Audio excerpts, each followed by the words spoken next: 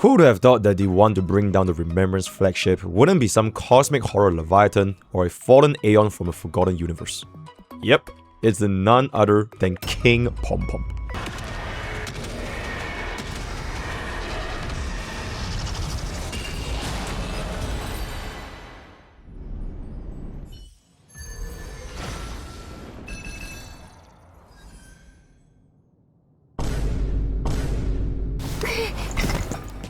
Hey guys, MrPokke here. So for this early access review, the format will be a little bit different from usual for the boss showcases because usually they will show up in Memory of Chaos first, but this time King Pom-Pom is going to be making his debut in Anomaly Arbitration, while Memory of Chaos will be featuring Negador as well as Kafka. So we'll be going through the knights as per usual and then dive into King, or rather King Pom-Pom afterwards. So without further ado, let's get into today's content. So for Night 1, the confinement will encourage multiple ultimate users, but most DPS characters can get by just fine over here. The Elation TV has some RNG on entry where you can get an attack buff, an enemy delay, or an enemy action value advance. Now the delay isn't that great for sustained runs because it actually stalls the Daybreak force field for Azure Wing, meaning it will take longer to dispel and longer to deal the break damage afterwards. So speaking about Azure Wing, this is going to be our brand new elite, where after he enters the enhanced state, it will start charging up, you can see over here, and hitting it 7 times will dispel this state, dealing massive damage and increase the amount of damage it's going to be taking. It will also have an immediate action specifically when hit by a quantum attack, so keep that in mind. So I would say for specifically Azure Wing, it deals a decent chunk of damage, so be careful you're going to be running non-version 3 sustains, and note that the attack itself, it doesn't trigger between additional hits, namely the additional quantum damage, like your ultimate and follow-up attacks. And on top of that, your quantum hits can still count towards the 7 counts required to dispel the enhanced state. So after you dispel this, it will take increased damage, and most DPSs will definitely work well here, but Elation is especially strong specifically for the Chicken Elite, which we have fought before, since it deals substantial damage to everyone else. Now for Night 2 is going to be our classic Poleaxe, but now with the energy regeneration debuff and an immediate action trigger after every single 5 attacks. That immediate action could be pretty scary for follow-up attack DPS, for example Ashveil and Facial. So for Night 1 and Night 3, you might want to use them over there, especially because for this particular boss, you do want to have a high-scene sustain here, especially for Poleaxe. So sticking with Castries on F9 Remembrance DPS will be fine over here, not too much to say. And just like Night 2, Night 3 is also going to be our OG Ligas, where most DPS can clear this one very consistently. So once again, not too much to discuss over here. Remembrance Flagship, Final Archer Follow-up, basically anything that you have used for the last MOC 12 that cleared in decent time. I tried running a Huohuo sustain over here and it was genuinely a pretty terrifying experience because I actually had to prop my global passive to survive, so I would strongly recommend sticking with a DHPT or a high-scene sustain for this comfort. But since you're going to be running high-scene for Night 2, then DHP is pretty much going to be here, and then for Night 1, you can use your Huohuo or any other sustains over there. So with the Knights out of the way, I'm just going to jump straight into our brand new unit, which I'm guessing we're going to be facing this in Memory of Chaos one fine day, or maybe we don't because it might be like an Ica situation. King Pom-Pom. Very, very interesting design. He literally just looks like a pom-pom, which became like a Gundam or a robot kind of thing, and he kind of specializes on like cleaning your units. So a lot of his moves are tied with cleaning. So he'll spray with water, with soap and everything. So your job as a player is to basically, get cleaned by Pom-Pom. Something along those lines, right? So we have our very first buff being for Elation, Guang, as well as Sparxie. Also team-wide energy regeneration, but you would not run this purely just for the energy, which potentially this very first buff might hint that future Elation DPS would also require energy in part of their kits. So for example, SP Silverwolf or even Nisia probably are going to be going towards this route of energy regeneration. And then for the second buff is going to be a follow-up attack buff for Facial and Ashveil. 60% vulnerability at full stack is going to be extremely nice. But the majority of the other teams have Remembrance, Finon, Archer, Mighty, etc., you're most likely going to be using buff tree, which is going to be the logistics boost, where you increase your damage dealt by 40%, but the main thing is going to be the 50% pom-pom speed for your alloy Pommy. It is the Pom-Pom train thingy, which are going to be something I'll talk about it a little bit later. And then for the debuffs, we also do not have any energy regeneration debuffs, like for example the 2 Anomaly Arbitrations ago. So it's just like Sparxie, very, very nice. For confinement, it is to encourage that fast ultimate DPS usage, but it's only going to be at a normal confinement, so 20% max instead of 40% compared to Sparxie. But we have one more debuff, and that is going to be Interference as well as Sunder. So Sunder is going to be the one where your OG players back at Anomaly Arbitration Ligas, you'll probably remember this, where it will be a pretty scary sustained pressure if you're not going to be running a voluntary sustain like Hyacinth or DHPT. So I would highly recommend using that for specifically King Pom-Pom. So if the buffs and debuffs out of the way, I can finally talk about this unit's mechanics. And if y'all thought that Sparxie was an Elation shield boss, here is King Pom-Pom. So the mechanics for this boss is pretty much extremely favorable for Elation because of this mechanic over here.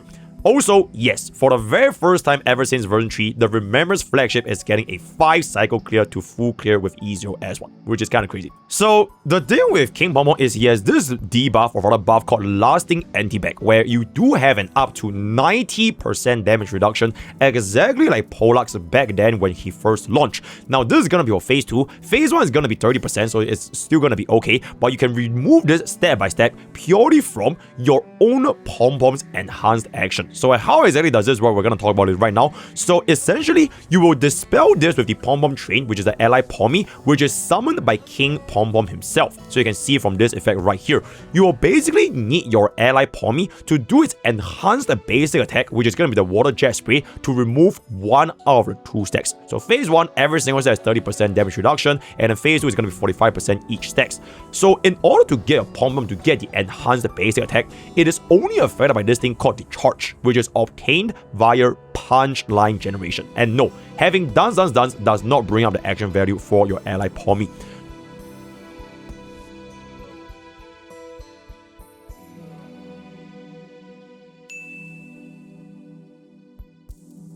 So every single time after your own Pommy takes action, it will get 33% of the charge, which means that without any punchline generation, it will take you 3 turns for an enhanced basic attack, which means it's going to be taking a very long time.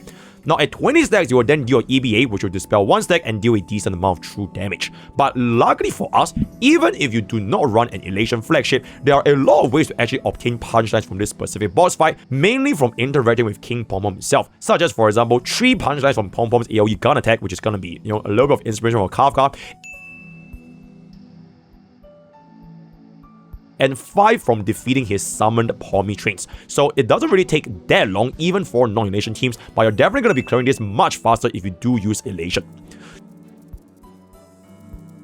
So in particular for phase 2, he does this thing called the Potent Foam Soap, which will give the following beneficial attack to front load your punchline generation and break the Pom-Pom shield as fast as possible. So namely, this is going to be from your shiny effect, which is going to be using a basic attack getting you 5 punchlines. So ideally, you let every single one of your units do your basic attack at least once, so you can get to 20 punchlines and cast your 1 enhanced basic attack as fast as possible.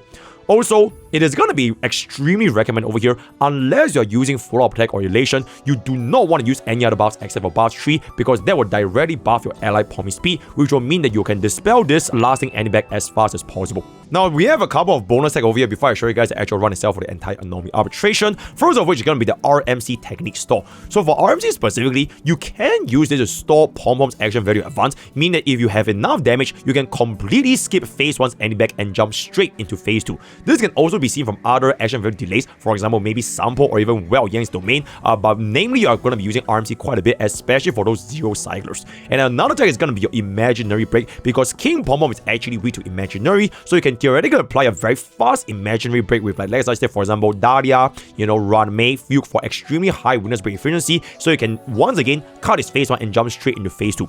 So these 2 techs are mainly for players who are going for extremely fast clears, especially for 0 cycles. It is pretty much almost impossible to get a 0 cycle unless you can almost completely skip his phase 1 mechanic, because it saves you a tremendous amount of action value if you can just jump straight into phase 2 without letting him activate the anti-back. So just in general for performance that I've tried so far, my E2 Ashveil Hypercarry was a 1 cycle on full auto, E0 Sparxie, which is going to be done with our Guang Elation, is going to be 3 cycles on full auto, and then our E0 Castress, which is going to be our Remembrance flagship, yes, this was actually done on full auto at 5 cycles. So with that out of the way, we're just going to jump straight into the actual gameplay, but I won't remember it. So this is going to be our night clears. Personally speaking, I'm just going to be skipping away night 2 because it's the exact same Pollux fight which you guys have played like a lot of times. So I'll be mainly just be focusing on night 1 as well as night 3. Night 1 done with our Elation flagship, E0 S1 Sparxie, E0 S1 Guang, E0 S0 Sparkle, and a E0 S1 Huohuo. And then for night 3, unfortunately because I was doing my 0 cycles up, this is going to be done with a E2 Ashveil, E1 Tribbie, E1 Sunday, as well as a E2 DHPT for Liger specifically, right? So first of which for night 1, honestly a pretty straightforward fight. I just want to kind of show you guys the interactions between this boss itself, which, yep, it is kind of like a Gundam Transformers, whatever kind of names. So casting all of our techniques, blah blah, we are going to be using our Huohuo sustain for this fight specifically because I do want to save up. So I do want to save up my DHPT sustain for the second half, or rather for against Ligers, because Ligers actually deals a lot of damage, especially if you do not use a, for example, DHPT or Hyacinth. And since we are going to be using Hyacinth on the second boss, which is going to be Porax, then DHPT is going to be a much more comfortable choice against Ligers itself, right? So now we're just going to summon our Sparxie, right? Give us our skill points, and then we are just going to deal as much damage as possible to the main goon in the middle over here, and that is gonna be the Azure Wing, right? Daybreak or Squadron Azure Wing, which I'm guessing is definitely gonna be showing up in the story alongside King Pom-Pom. So we'll see what's up. Getting back our skill point, Huohuo can cast our skill. He's gonna start his first attack, which is not gonna be doing anything because we got the delay, which is gonna be quite nice. So 40 points of punch lines. We're just gonna slam in with our Ezo S1 Sparxie. 1.8 million, which is very good summoning all of the goons. So for this particular instance, we are just gonna go ahead for the break right here, and it does appear that he is not gonna be able to cast his second enhanced state because he's probably gonna be dying very soon. Just going for the basic. Alright, and then I do want to get my Aha instance up so that we can dispel the chicken stage. This is 49 AV away, which is going to be very far, so it's going to be fine. Sparkle pulls up my Sparxie, and then we are just gonna let go of our EBA once again. Alright, just let go of everything. You don't really have a safe ending whatsoever, because once this guy dies, we are just gonna be able to get another new guy coming up. Get a little bit of DDD. Okay, my fingers was a little bit slow here, so we didn't get an AV advance for Huohuo. We can just go for the basic for some toughness bar damage.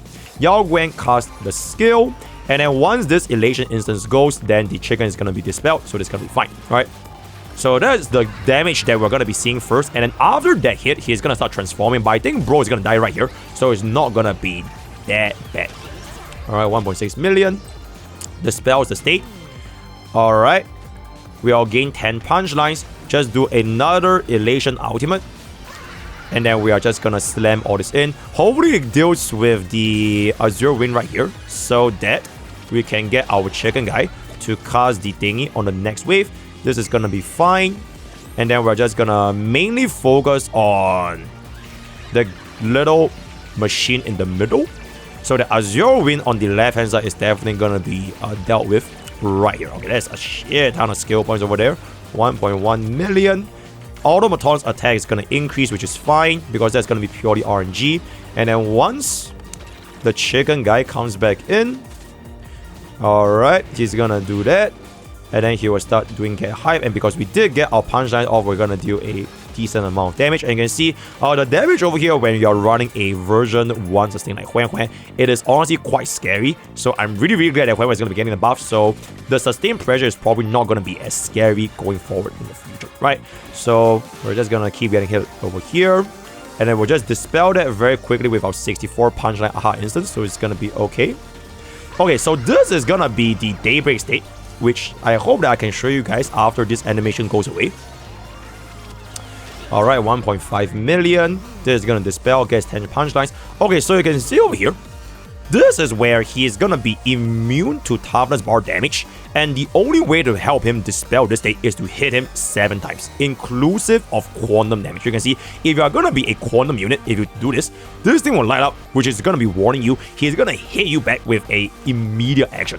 Now, I will usually not do this, but purely just for content, I will show you guys what this attack actually looks like. So if you were to do this, hit this, you do get a +1 stack, but he immediately takes action, attacking a random character, which yeah, you do not want to do that, right? Because the damage is honestly quite substantial. If you're going to be running DHPT, it's still fine, but if you're going to be running like a sustain like Huohuo, I would really recommend not doing that kind of stuff. So that was just purely for demonstration purposes. So ideally, you don't run any quantum DPS, or even if you want to run a quantum DPS, like for example Archer, at least get a DHPT so that you don't actually just go perfect explode immediately, right? So that's going to be 5, and then this is going to be 6. We're going to cast our ultimate. This is going to be 6 out of 7, and then once we get the ultimate, Yao Guang can just activate this, and then the state is going to be dispelled, which is going to be a very straightforward clear right here.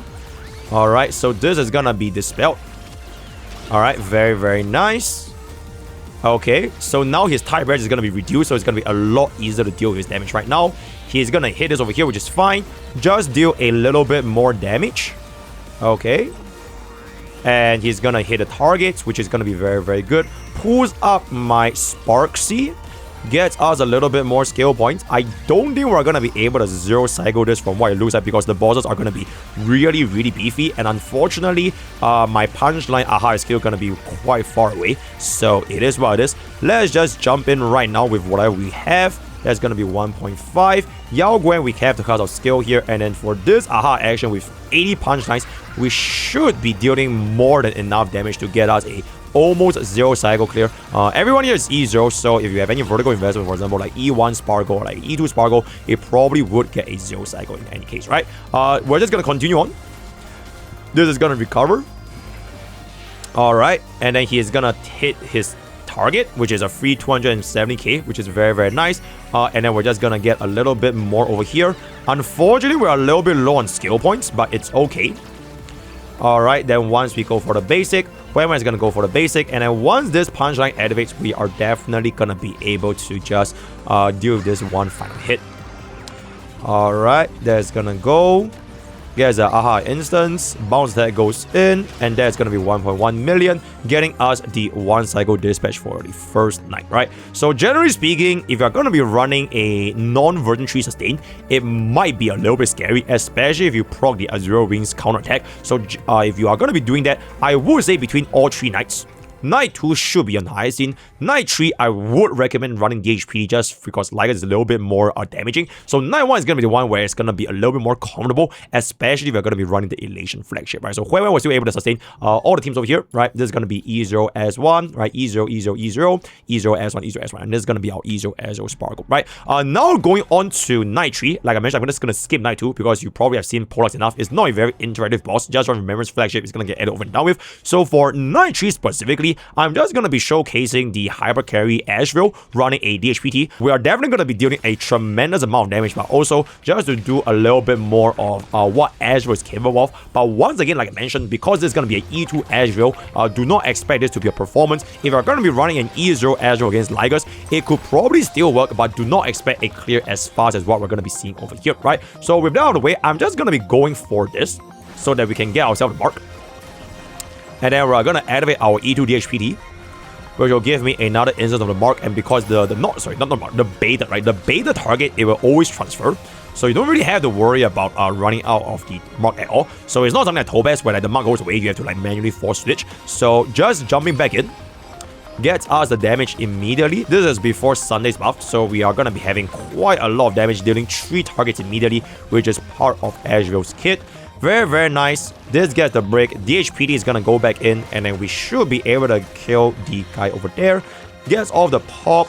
Ashveil is going to take his turn very, very soon, which is fine. Let's just go ahead with this so that we get a little bit more energy from the break, which is quite nice. Okay, this is going to give us a little bit more energy, which is fine. Action value delay is a little bit annoying, but it's still manageable. Okay, so for this particular option, I'm just going to pull up my Ashveil. And then I'm going to make use of this to get rid of the guy in the middle right here, so that the bounce can start stacking in. And hopefully we just go all the way towards the Ligers right here.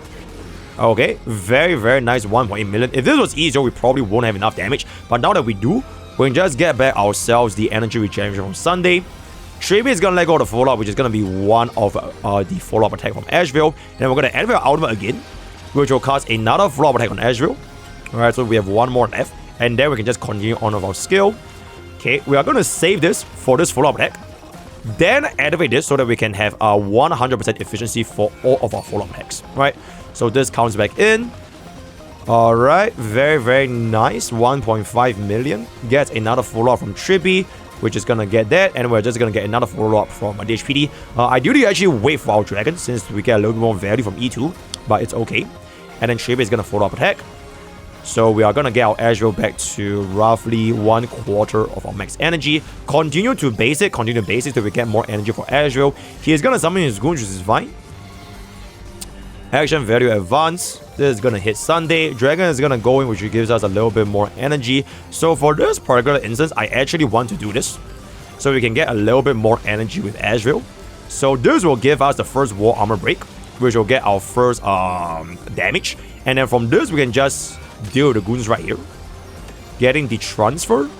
And since we did kill the target, we are going to be getting a little bit more gluttony. But because it's E2, we don't really need to worry about the gluttony stacks by that much, right? Let's just get ourselves another follow-up attack with Tribbie. And then once the Lygus gives us the additional energy, hopefully he aims Ashveil, but if it doesn't, then it is what it is. Okay, he actually aimed Ashveil, which is really fortunate for us. So I'm just going to go here and let it go. Right, didn't get the full benefit from our follow-up attack, which is kind of okay. We'll save this ultimate after he spawns in the rest of his goons. So it's going to be a little bit more efficient. Alright. Gets back in. Now we're really down to 36% HP. Transforms, casts this, activates, and then we'll see what happens over here. So for this particular setup is because that we are going to be dealing a lot of damage running our E2 Ashveil. You can actually opt to skip the entire phase change portion. Okay, unfortunately, we didn't get Ashveil, but it's fine. You can actually opt to go for the skipping the phase change, and you directly just aim Lygus, since it's only going to be a 30% HP remaining, so it's going to be fine. Alright, get our DHPT's Dragon going in. Alright, massive damage. Tribbie is going to follow up attack. Gets another massive damage. We're going to go for the break here. Alright, and then now, usually, if you don't do enough and you want to make Lygus transform as fast as possible, you would use your Ashveil's ultimate on the minions so they can just get rid of this 10 out of 10 stacks as fast as you can, right? But since we are dealing a lot of damage, I'm just going to skip this entire phase and just aim at Lygus directly. You can see all of the single target going in is going to come to a whopping 2.9 million. Follow-up attack goes in, breaks 2 of the goons there, and then now we can just pretty much all in on Lygus, which should be getting us the clear right here. Very chill 0 cycle before the transformation even takes place for the Kira. Yep, so that is gonna be our E2 Ashveil Hyper Carry against Lygus. Once again, not many relatable, just kind of see how Ashveil is gonna be getting on a Hyper Carry setup, right? So without the way, we can finally jump into Mr. Pom-Pom, right? King Pom-Pom. I will not be using E2 Ashveil because it's a little bit unrelatable. I'll just be showing you guys how this actually looks like if you are gonna be running the Elation flagship, which is gonna be seen right here, all right? And then we can see how this cooks going up against, I would say this is pretty much very favorable for Elation as a whole. We can get our DHPT right here. Always remember to use the first buff since we're going to be using Elation, and then we're just going to jump right in. Alright, so this is E0 S1 Sparxie, E0 S1 Guang, E0 S0 Sparkle, and E2 S1 DHPT, right? So the DHPT is going to be a little bit unrelatable, but we'll just see what's up. Mainly just for the mechanics. If you guys want me to show you guys a comparison of how Remembrance flagship will look like, just let me know. But honestly, I can just kind of wait for the live server because I personally think that the damage is gonna be a little bit cool. And also, to be completely fair, our gears in the early access, at least for the Remembrance, is not that crazy, right? So maybe that would have contributed to the slightly lower performance, but that was at least what I've experienced for myself. Alright, so Guang, we are just gonna be going for the basic attack right here. I want to wait for this after Sparkle gets the buff so that we can get the crit damage buff applied to Guang, so we can deal a little bit more damage right here, right? So we'll get in our field right now. Okay. Alright, Sparxie is gonna let go of the follow-up. Alright, 1.1, not too crazy. Once the first 2 goons die, there's another wave of 2 more goons that will spawn. So it will take quite a decent amount of time, at least for the very first phase. Alright, I forgot to activate my ultimate a little bit earlier because I'm getting old, so it is what it is. Lost a little bit of energy. Alright, 1.6 million for 2 is going to be fine. Gets us the ultimate from Sparxie, so we deal a little bit more damage to the second wave. That's going to be good. Ideally, I want to save this up for on Sparxie's turn so we can one-shot, but I don't really think that is possible anymore because I guess it could still be possible, so let's just do this and try to stall it out, essentially, right? So this is gonna go for the summons. Yeah, unfortunately, we can't really stall it out anymore, so, and then what a dead. Alright, this is 4 out of 4. Gets the immediate action very advanced. Alright, we do get quite a decent amount of energy here, which is quite nice. I'm just gonna let go of this dragon. Could have waited for one over there, so it's okay. Gets us back up. Alright, we are gonna get our Sparxicle buffs. Now, because he summons the 2 fish in the middle, you actually cannot hit the 2 guys at the side when you're aiming with Sparxie, which is gonna be a little bit annoying. So, yeah, just have to deal with that. Going for the raw damage over here, and then we'll just see what's up. Okay, the Aha Instant is gonna be progging a little bit. Whatever their mechanics are for the civilian Mechatron is not gonna be that crazy. I didn't take too much attention, so you know what to do. Guang goes back in for the follow-up attack, applying the res pen, right? 104. Now Guang can actually go for the basic, and when DHPT goes in, he's gonna get an action value advance. Takes a bunch of damage. Okay, we'll let the dragon go first. Alright, then we'll activate our Guang ultimate. Alright, hopefully this will bring up our fish, so that when the fish comes up, and if they die from DOT, then we'll be dealing a good amount of damage as well. Alright, so fish is gonna die from the DOT, pops, this is gonna pop, right, very, very nice. Okay, and then we're just gonna pull up our Sparxie. Okay, you can see over here, just with wave 1 alone, we are already at 103 AV remaining, which is honestly quite a lot. So wave 1 is gonna be taking a pretty considerable amount of action value to actually get by. So just something to be wary of. Right, we are gonna finally get into Pom-Pom. So at this particular point, you can see that he doesn't have the ND pack as of right now. So for players who are doing on zero cycling, you can use things like RMG's technique to stall Pom-Pom all the way towards the end, and you have enough damage, you can just skip the entire phase 1 and you can just focus on phase 2 specifically, right? But today's video is not going to be our zero cycling, so we're just going to be doing our normal things. Alright, he's going to summon our high sterilization. Okay, so this is basically the summon that we have. Unfortunately, I can't click on my portrait and see how bro looks like, but it is basically like a little tree, right? Which is very, very cute. So you just want to primary focus only on Pom-Pom. You can see over here, this is not our enhanced basic, right? So from one single attack, you will gain an aha instant right here. This is gonna be giving us, this is 5 punchlines. So aha instant procs in. Okay, this is gonna be giving us another 5 punchlines. So now we're gonna be at 12 after that particular instance. We can then go forward to kill, right? So if you were to kill one of the targets with the goons, you also get additional punch, which is why, generally speaking, for this mob, you do want to get rid of the summons by him, so you can get more charge stacks for our little Pom-Pom. So you can see over here, Sparkle on, you can just activate our DDD. This is gonna be 12 remaining. And then, because we are going to be using Sparxie, which generates a ridiculous amount of punchlines, you can see over here. Right, we're just going to aim here. So every single one punchline generated is going to be 1 charge. Right? So we can just keep going and going and going. You can let this overstack, so it doesn't really matter if you're going to be getting it. For example, this is going to be 32, right? Doesn't matter, just let this go. Alright, so this is going to be taking a turn. Alright, so that's 1. Right, so that's 1. Now you're going to do it again. So once you get another stack right here, so this is going to be 23, that's going to be 2. So this will instantly break bro's anti-pack, which will then allow you to remove the damage reduction, at least for phase 1, right? So this is going to remove it, deals a bunch of true damage, Guang can go in, DHPT comes back down. So from this point onwards, he will no longer do the move anymore. This is just giving us a little bit more of the additional punchlines as well. So ideally, at this point, you can see, my ally, Pom-Pom, is gonna be at 14 stacks of charge. So if possible, you want to get rid of the King Pom-Pom after this action, right? After this action.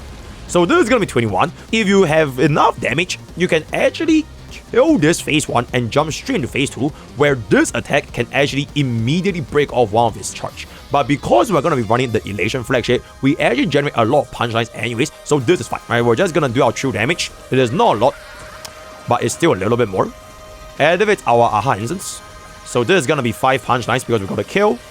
There's going to be another 5 punchlines because we got a second kill. And then this is just going to summon us back in. So hopefully, ideally, our Sparxie can generate enough damage right here where we can instantly get rid of King Pom-Pom. So we're definitely going to be getting the charge required, but this is going to be closer to 30 because we have a lot of punchline generated from Sparxie. Flies back in, 21%, not quite enough, so it is what it is. So this is going to be 12, going in for the basic. DHPT is going to go over here. He's going to summon, and then this is going to be going for basic again. Okay, unfortunately, this is going to be a little bit awkward because we couldn't really do enough damage for this particular instance. So we do need Sparxie to pull our Sparkle up again so that I can get rid of this phase and we jump into phase 2, right? So it's basically about trying to time out your ally Pommy as much as you can. Okay, this goes in. We do have the action very delay, which is going to be a little bit unfortunate. This is going to jump. I'm going to try to see if we can save this ultimate for the second phase so we can be a little bit more efficient. 5% remaining. We can jump this back in. Cast this right now, so it's during our turn. We are gonna be at 21 stacks. Ooh, okay, a little bit unfortunate here. But luckily for us, we can just generate our punchlines again. So this is gonna help us generate at least preferably to 20, right? That will be very, very ideal. 17, not quite enough, but this is gonna be phase 2. So he's gonna transform. So this terror mode. Okay, so for this particular mode, you can see now all of my units are marked with this thingy. Work is bliss. So as long as you use your basic attack, you will gain 5 punchline. So all of your units here, ideally, they use Work is Bliss at least once. Doesn't matter if you're going to be Elation Flagship or not. So they can get 20 punch lines as fast as possible so that you can get yourself to break this right now. Because as of this moment, he has 90% damage reduction, right? So you want to break this as fast as you can. Okay, this is going to be giving us our punchline. So with that, we're going to immediately generate 1 stack right here. So this is going to breaking our very first one. Yao Guang. Unfortunately, I have to cast my skill because this buff ran out, so it is what it is. Then we're just gonna activate this right here. Okay. And then Aha Instance is gonna go. This is already at 10 punch lines, so it's gonna be quite good. Alright, DHPT is gonna come back in. He is gonna summon his goons. We are just gonna go for our basic attack. We're gonna get a little bit of hit over here. So for this instance, because we do have our own basic, we can also generate punchlines for ourselves. So right here, this is gonna give us 5 stacks, and then we'll immediately dispel Pom-Pom, right? So it didn't take us that long to break off the shield, but you just kind of need to know how the mechanics itself is gonna be working, right?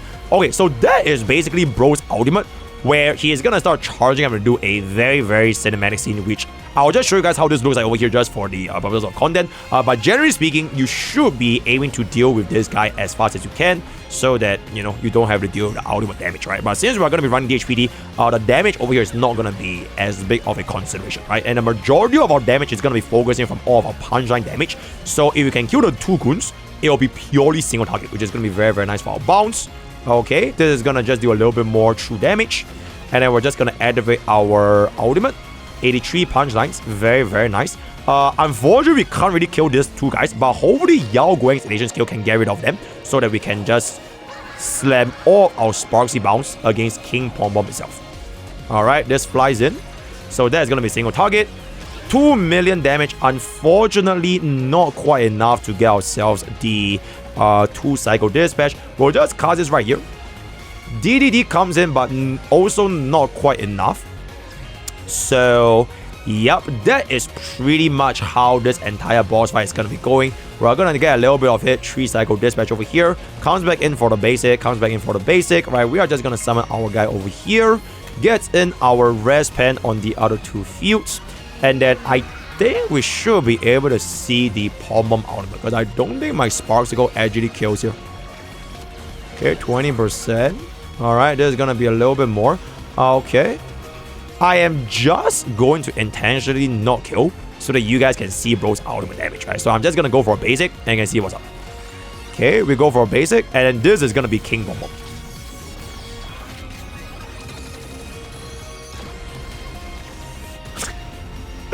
Absolutely crazy. I don't even know what is the lore behind it, but yeah, bro basically becomes a giant-ass robot of like destruction, like Gundam and kind of stuff. So that is pretty much it for our Anomaly King. Classic 1%, and then Pom-Pom itself, boom. Very, very nice, right? So with that, we have pretty much come into the end of our Anomaly Arbitration King Showcase. This is sort of like a pseudo combination of both Anomaly Arbitration King as well as how the boss itself, King Pom-Pom, actually looks like our early access review. So yep, that's pretty much it. Let me know what you guys think, thoughts in the comments below on both the King Pom-Pom as well as the Anomaly Arbitration itself. I would say, personally speaking, this boss is gonna be more challenging compared to others. Not so much for the sustain. I don't think it actually deals that much damage. You can try even running sustainless, but the HP is definitely a lot higher, especially if you cannot dispel the 2 different anti stacks, right? Because it's gonna be 60% damage reduction and 90% damage reduction respectively, which is a huge DPS loss. So for 0 cyclers, if you want to try it, it's gonna take a while, right? So I have also done the Remembrance Flash on full auto. I think my editor has used it in the background. On full auto, it was a 5 cycle clear because we simply could not deal enough damage even with buff 3. But to be fair, our Remembrance DPS, our gear is not that insane. So for example, this is gonna be the gear for our Casris, which is honestly not too good. So maybe we can get a little bit more of better performance on Lifesteal, right? So coming to the end, word of the day is gonna be Pom. Join this. Use code POKE with 10% off gamers ups. All the best, see you guys next time. Bye bye.